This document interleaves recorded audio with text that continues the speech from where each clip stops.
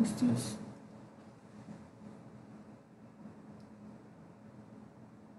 अजून ग्राउंड पे होतं. तुम्ही तिथे उभे राहा. मला त्याला सांगायचं आहे ना ते बघून.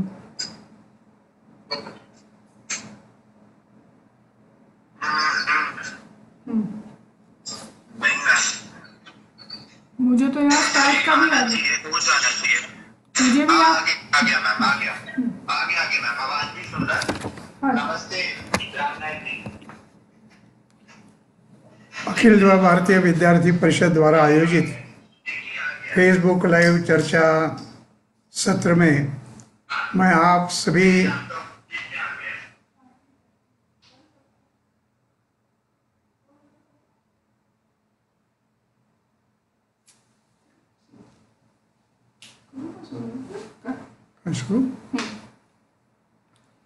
अखिल भारतीय विद्यार्थी परिषद द्वारा आयोजित फेसबुक लाइव चर्चा का ये तीसरा सत्र है.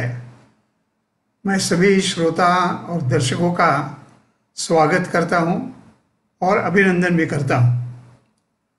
इस समय पर सारा विश्व कोरोना के गंभीर समस्या से, महामारी से त्रस्त है.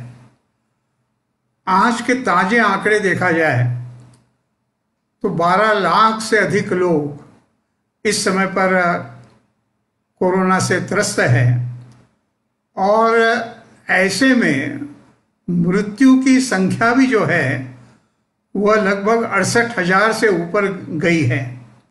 और इसलिए विश्व की ये पहली गंभीर और सबसे बड़ी महामारी है.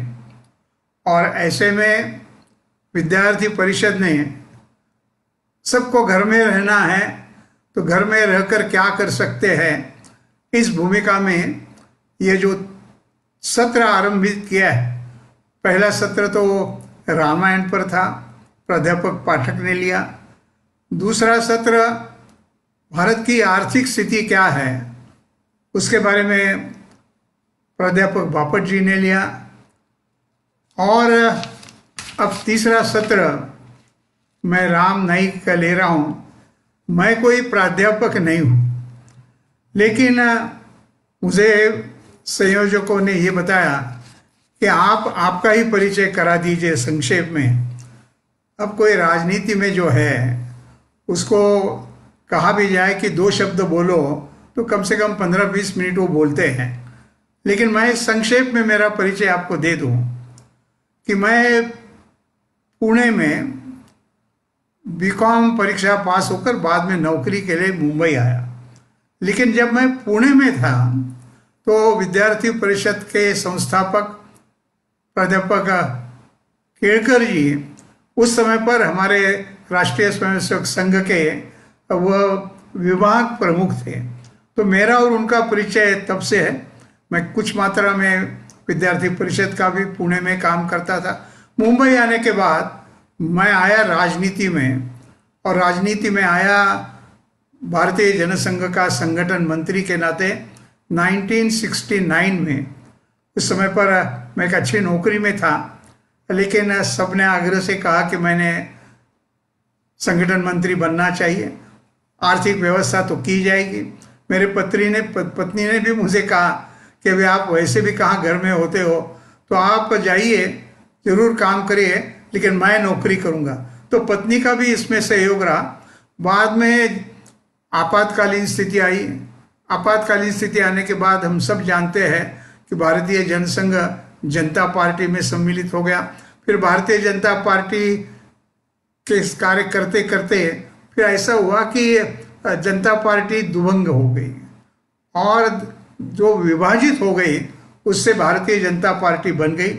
मैं मुंबई भारतीय जनता पार्टी का 3 बार अध्यक्ष रहा. चुनाव भी लड़े मैंने, और मुंबई से ही बोरीवली क्षेत्र से. अब उत्तर मुंबई विद्यार्थी परिषद के लिए भी जो क्षेत्र है वह क्षेत्र मेरा ही क्षेत्र है. तो बोरीवली से मैं 3 बार विधायक के नाते चुनकर आया. मुंबई में सबसे ज़्यादा वोट लेकर मैं जीतता था. फिर 1989 में मैंने लोकसभा का चुनाव लड़ा. 5 बार लगातार मुझे उत्तर मुंबई के मतदाताओं ने लोकसभा में चुनकर भेजा। लोकसभा में काम करते करते कई बातें मैंने की। अटल बिहारी वाजपेयी जी प्रधानमंत्री बने तब पहले मैं रेल मंत्री के नाते उसके साथ और कई मंत्रियों का काम मैं कर रहा था, और 1999 में मैं पेट्रोलियम मंत्री बन गया। पेट्रोलियम मंत्री काम करने के बाद लोग कहते हैं कि वह पेट्रोलियम विभाग का सुवर्ण युग था, अच्छा काम मैंने किया, ऐसा लोग कहते हैं। बाद में मैं उत्तर प्रदेश का राज्यपाल भी 5 साल हुआ, और अभी गए साल में ही जुलाई महीने में मैं 5 साल पूरा करके आया, फिर से मुंबई में काम कर रहा हूँ। अब आज कोरोना के बारे में बात करना है, तो मैंने सोचा कि ज़रा अपना भी इतिहास देखें कि इसके पहले कौन सी इस प्रकार की गंभीर बीमारी भारत में आई थी। तो मुझे मिल गया 1897-98 में सारे हिंदुस्तान में प्लेग आया, और संयोग है वो प्लेग भी आया, ऐसा विज्ञान के लोग कहते हैं, वो हांगकांग के जरिए आ गया। अभी भी कुछ चर्चा लोग कर रहे हैं कि कोरोना भी जो आया है वह चीन के माध्यम से ही आया है, लेकिन वो एक अलग बात है। तो उस प्लेग में सारे हिंदुस्तान में 10 लाख से अधिक लोग मरे। 10 लाख लोगों पर इतना अत्याचार किया, अन्याय किया कि लोग संघर्ष के मूड में आए, और वो रैंड जो था उसका चाफेकर बंदूक करके बहुत जोरदार और देश के लिए काम करने वाले इस प्रकार के दोनों भाइयों ने वो रैंड की हत्या की।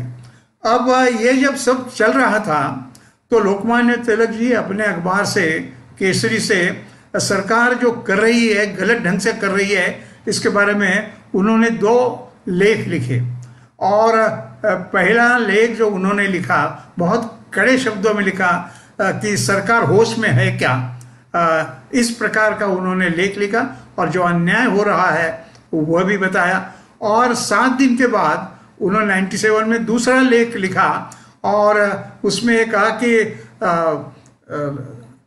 राज्य करना मतलब लोगों पर अन्याय नहीं करना है। और फिर आखिर अंग्रेजों ने लोकमान्य तिलक जी पर राजद्रोह का ये मामला है, इस प्रकार से वह लिख रहे हैं, ऐसा करके उन पर मुकदमा चलाया, और उनको 18 महीने की जेल की सजा हो गई। यानी यह है 1900 शताब्दी के अंतिम दशक की बात। और उसके बाद अब इस समय पर जो महामारी आ गई है वो कोरोना की महामारी आई है, लेकिन इस समय पर सारी दुनिया में जिस प्रकार का गंभीर स्थिति है, मैंने एक बात करनी है तो इसके लिए आंकड़े लगाए। मैं आपको आज की स्थिति में मुझे क्या दिख रहा है वो मैं बताने की कोशिश करता हूँ। इस समय पर दुनिया में सबसे बड़े 3 देश है, और ये 3 देश जो है वो चीन है, अमेरिका है और भारत है। अब चीन की और भारत की आबादी जनसंख्या लगभग बराबर है। चीन की 139 करोड़ है तो भारत की 137 करोड़ है, और अमेरिका की 33 करोड़ है। लेकिन जब आप देखते हैं कि इस महामारी में कितने पेशेंट हैं तो चीन में 83 लाख है। अमेरिका छोटी है लेकिन अमेरिका में अब 3,07,000 हो गए हैं, और हिंदुस्तान में 137 करोड़ लोग हैं। तो इसमें इन्फेक्शन जो है वो भारत का इन्फेक्शन केवल 3,981 है। अब ये विचार हम करते हैं तो हम देख सकते हैं कि भारत बहुत कम है, और भारत कम क्यों है इसका भी जब हम विचार करते हैं तो इसका एक प्रमुख कारण ये है कि भारत ने जैसा भी ये प्रारंभ हुआ बहुत कड़ाई से काम करना प्रारंभ किया। प्रधानमंत्री नरेंद्र मोदी जी ने एक एक कदम जिस प्रकार से उठाया, और अंग्रेजी में जो कहते हैं ना कि prevention is better than cure, रोकथाम इलाज से बेहतर होता है। और ये रोकथाम करने का जो काम प्रधानमंत्री के नाते उन्होंने किया, पहले लोगों को जागरूक किया, फिर बाद में जनता कर्फ्यू लाया, फिर कुछ दिन पे 3 दिन के पहले ही दीप प्रज्वलन का काम किया। एक एक दिन पर नई नई बातें रखकर लोगों को जागरूक करके ये रोकथाम बढ़े नहीं, इसके लिए जो प्रयास किए वो बहुत अभिनंदनीय है। यह इसमें से सामने आता है। दूसरे 4 देश इस प्रकार से मैंने इकट्ठे किए हैं कि इटली, ये सब 4 देश जो मैं बोल रहा हूँ, ये 4 यूरोप के देश है, और यूरोप के देश होने के साथ ही साथ स्वाभाविक तौर पर वह विकसित है, और उनकी आरोग्य की जो स्वास्थ्य की जो स्थिति है वो निश्चित तौर पर भारत से बढ़िया है। ऐसे में इटली के 6 करोड़ लोग हैं, उसमें से अब तक मृत्यु की संख्या 15,890 इतनी हो गई है। स्पेन दूसरा देश है जिसकी आबादी लगभग 5 करोड़ की है, वहाँ भी 12,415 मृत्यु हुए हैं। फ्रांस फिर 6.5 करोड़ की जन आबादी है और उसमें 8,064 करोड़, और इंग्लैंड जिनको हम नज़दीक से पहचानते हैं, जिनकी आबादी लगभग 7 करोड़ के आसपास अभी पहुंची है, और वहाँ भी जो मृत्यु हुए हैं उनकी संख्या है 4,940 या इस प्रकार। यानी विकसित देश भी यदि हम जनसंख्या की तुलना में कितने बीमार है और कितना मृत्यु हो गया इसकी जानकारी लेते हैं तो यह दिखाई देता है कि विकसित देश जहाँ पर स्वास्थ्य की सेवा बहुत अच्छी है, फिर भी भारत की तुलना में उनके यहाँ ज़्यादा परेशानी हो रही है। और सिंगापुर के बारे में भी कुछ लोग कहते हैं कि सिंगापुर में बहुत अच्छी व्यवस्था है। उसमें अच्छी व्यवस्था है, उसमें कोई दो राय नहीं, वैसे वो भी डेवलप, लेकिन उसकी जो आबादी है लोगों को ये मालूम नहीं होती, उसकी आबादी 60 लाख है। यानी मुंबई के तुलना में मुंबई उससे अकेले मुंबई 3 गुना बड़ी है। और इस भूमिका में भी जब हम विचार करते हैं कि हिंदुस्तान की अभी स्थिति क्या है, हिंदुस्तान के यदि हम 3 बड़े जो सबसे बड़े प्रदेश है, एक तो खुद हम महाराष्ट्र में है, तो महाराष्ट्र की आबादी है 11.4 करोड़, और उसमें महाराष्ट्र में सबसे ज़्यादा पीड़ित लोग हो गए हैं, लेकिन मृत्यु की संख्या केवल 45 है। मैं केवल इसलिए कह रहा हूँ कि बाकी की देशों की तुलना में जो सबसे ज़्यादा हिंदुस्तान में जहाँ मृत्यु है वो केवल 45 है, और फिर उत्तर प्रदेश तो महाराष्ट्र से लगभग दुगुना है, 21 करोड़ की उसकी आबादी है, और 21 करोड़ के आबादी में अब तक उनके पेशेंट बन गए हैं 303 और मृत्यु हो गए हैं 3। यह भी एक दिखाई देता है कि अपनी प्रतिकार शक्ति अन्य देशों की तुलना में अधिक है। और दिल्ली भी लगभग 2 करोड़ है कश, वो भी दिल्ली तो प्रदेश ही है, लेकिन 2 करोड़ का देश की राजधानी वहाँ है, और उसमें भी 523 बीमार हुए हैं और केवल 7 लोगों का ही मृत्यु है। ये आंकड़े मैंने इसलिए दिए कि जब हम विचार करते हैं तो हर बात का ख्याल करना ही है, और हर बात का ख्याल करते समय जो भी बातें प्रधानमंत्री जी ने उनके 4 भाषणों में बताई है वो हर एक बात इतनी महत्व की है कि उसके ओर हमने ख्याल करते रहना चाहिए।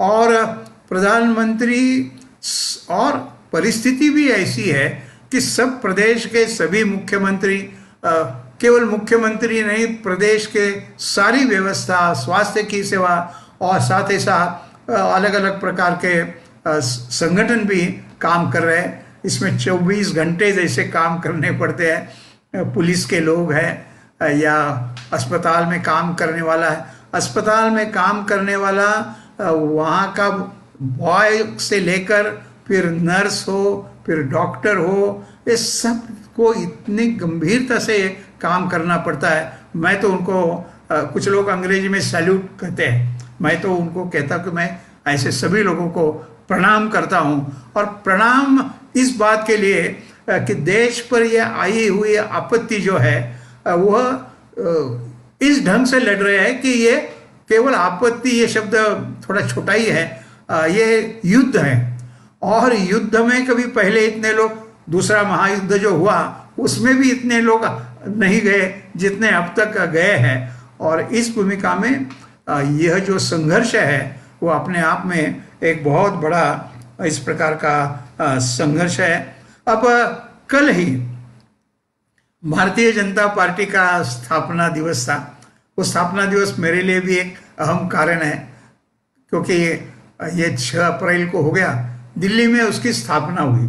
लेकिन दिल्ली में स्थापना होने के बाद पहला महाधिवेशन जो हुआ वह मुंबई में हुआ था। और मुंबई में उस समय पर भारतीय जनता पार्टी का मैं अध्यक्ष था। और यहाँ पर अटल जी ने ये बात कही थी, आज अटल जी को भी हम स्मरण करते हैं कि ऐसी पार्टी बनेगी। और उन्होंने कहा कि जो विद्यमान स्थिति है वो विद्यमान स्थिति, अंधेरा समाप्त होगा और फिर कमल खिलेगा।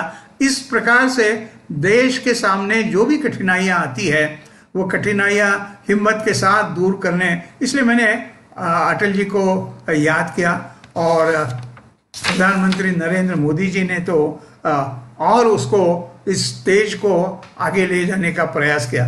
नहीं तो कभी कभी किसी को लग सकता है, ऐसे आवाज करने वाले भी इक्के दुक्के लोग होते हैं कि क्या दीप जलाने से क्या होता है या थाली बजाने से क्या होता है। एक जनमानस होता है और जनमानस तैयार करने में ऐसे घटनाओं का बड़ा योगदान होता है। उदाहरण के लिए मैं आपको यदि बताऊं कि महात्मा गांधी जी ने नमक के संबंध में सत्याग्रह किया या सूत से कताई का काम उन्होंने शुरू किया।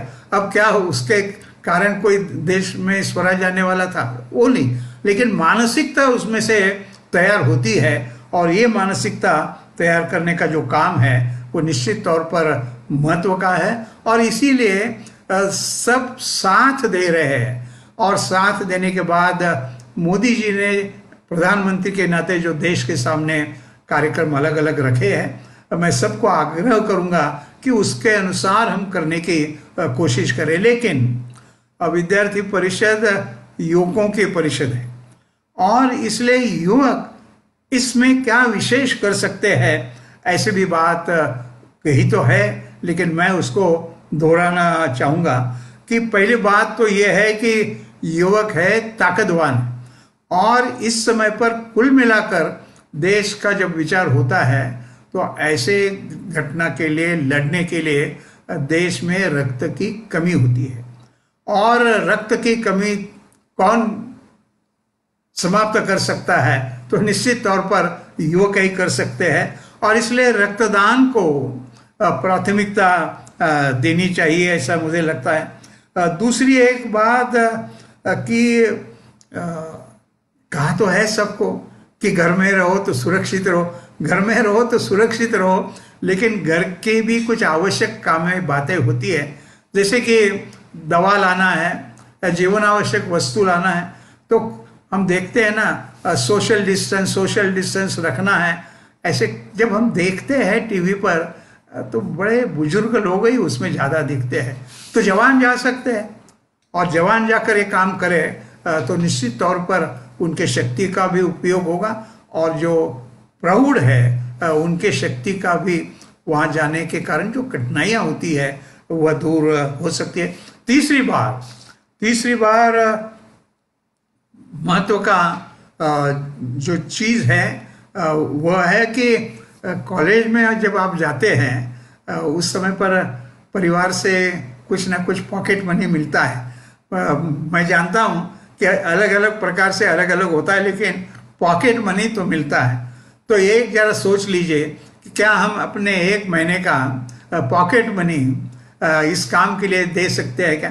प्रधानमंत्री जी ने सबको आह्वान किया है कि जो रिलीफ फंड है वो रिलीफ फंड में मदद करे, लेकिन मैं ऐसा मानता हूँ कि आपके पॉकेट मनी से जो पैसा जाता है वो आपको भविष्य में भी याद रहेगा कि इस प्रकार से है।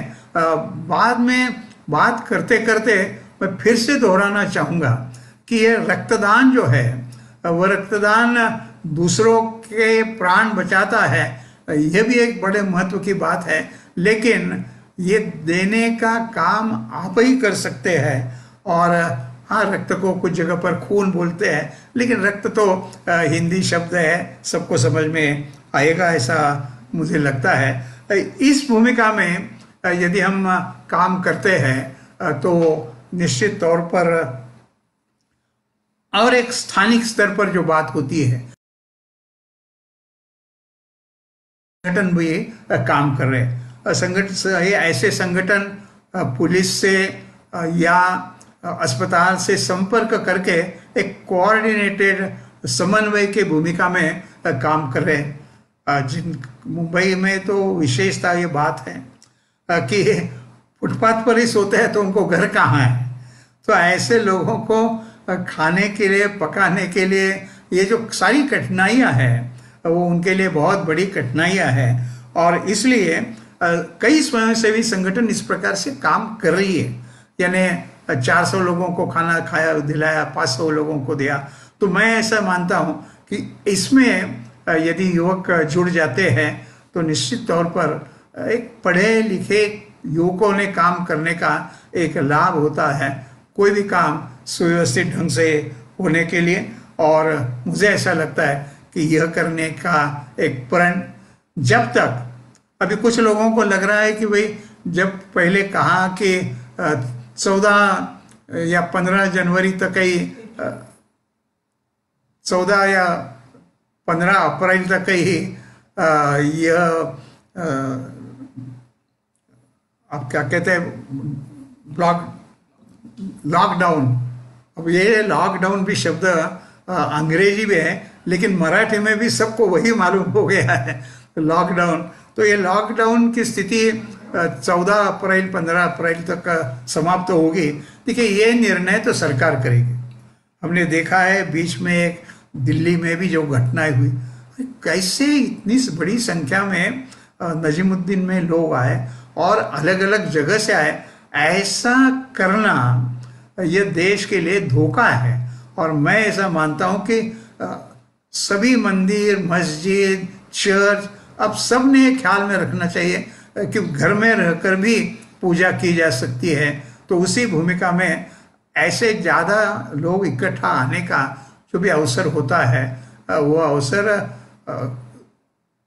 नहीं आना चाहिए। ऐसा भी एक संकल्प हम लोगों ने करना चाहिए। और ऐसा जब हम करेंगे और जो हम तैयार हुए हैं, काम कर रहे हैं, तो मुझे ऐसा लगता है कि ये जब युद्ध समाप्त होगा, तो जैसे मैंने प्लेग के बारे में कहा, यानी उस समय पर तो राज्य अंग्रेजों का था, अन्याय उन्होंने किया, लेकिन सहयोग से लोगों से किस प्रकार से काम कर सकते हैं उसका एक आदर्श सारी दुनिया के लिए भारत सामने रख सकता है। जो पहले के कदम हमने उठाए हैं वो कदम बहुत महत्व के हैं, और इसलिए ही अपने यहाँ मृत्यु की संख्या अन्य देशों की तुलना में बहुत कम है। ऐसा युद्ध जीतने का काम सारे विश्व को करना है, लेकिन विश्व की भी इसमें जो भागीदारी है उसमें भारत की सबसे बड़ी भागीदारी हो, इसके लिए हम प्रयत्न करें। इन शब्दों के साथ मैं फिर एक बार अखिल भारतीय विद्यार्थी परिषद को धन्यवाद देना चाहता हूं कि उन्होंने मुझे इस मंच पर बुलाया और एक अवसर मिल गया कि घर में बैठे बैठे युवकों से भी मैं बात कर सका। नमस्कार। ताली ताली ताली।